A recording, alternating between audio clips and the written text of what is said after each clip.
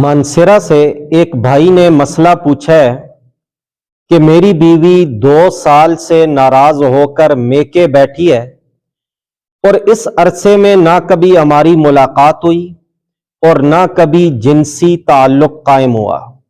तो इतना अरसा हम बिस्तरी ना करने की वजह से हमारा निकाह टूट गया है या बरकरार है। भाई, आपके सवाल का जवाब देने से पहले एक गुजारिश है कि मियां बीवी का इस तरह आपस में नाराज रहकर एक दूसरे से ताल्लुक खत्म कर देना कतन मुनासिब नहीं है।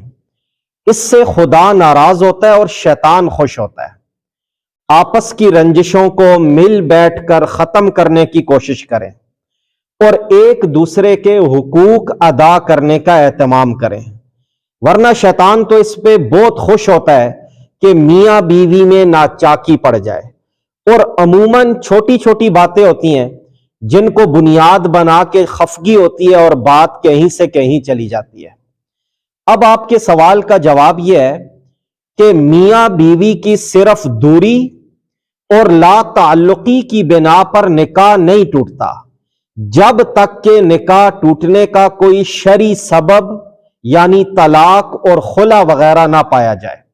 लिहाजा मज़कूरा सूरत में जब आपने तलाक नहीं दी और उन्होंने खुला भी नहीं लिया तो सिर्फ 2 साल हम बिस्तरी ना करने की वजह से निकाह में कोई फर्क नहीं आया। निकाह बदस्तूर बरकरार है, लिहाजा तजदीद निकाह की जरूरत नहीं है।